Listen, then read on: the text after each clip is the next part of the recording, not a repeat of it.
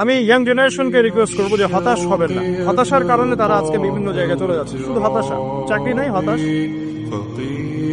গার্লফ্রেন্ডের সাথে বলি মনে হচ্ছে না হতাশ, তারপরে বাসা থেকে প্রেশার দেওয়া হচ্ছে হতাশ, কবে কামাই করবি কবে খাওয়াবি হতাশ, চাকরি একটা ভালো রেজাল্ট হচ্ছে না হতাশ, মানে হতাশাই কিন্তু মূল কারণ।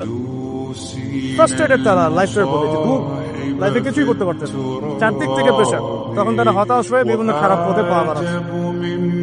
তো হতাশা দূর করার জন্য একটা বিষয় যথেষ্ট, সেটা হলো আপনি আল কোরআনের কাছে আসেন এবং 5 ওয়াক্ত নামাজ মসজিদে আদায় করেন, ইনশাআল্লাহ দেখবেন হতাশা আপনার মন থেকে চলে যাবে। এবং ডেইলি জিকির আজগার গুলো নিয়মিত করেন, দেখবেন ইনশাআল্লাহ আপনার মনটা আল্লাহর নূর বা আলো দিয়ে পরিপূর্ণ থাকবে, আপনি হতাশ হবেন। আর শয়তান তখনই সুযোগ নেবে আপনার কাছে যখন আপনি হতাশ হয়ে যাবেন।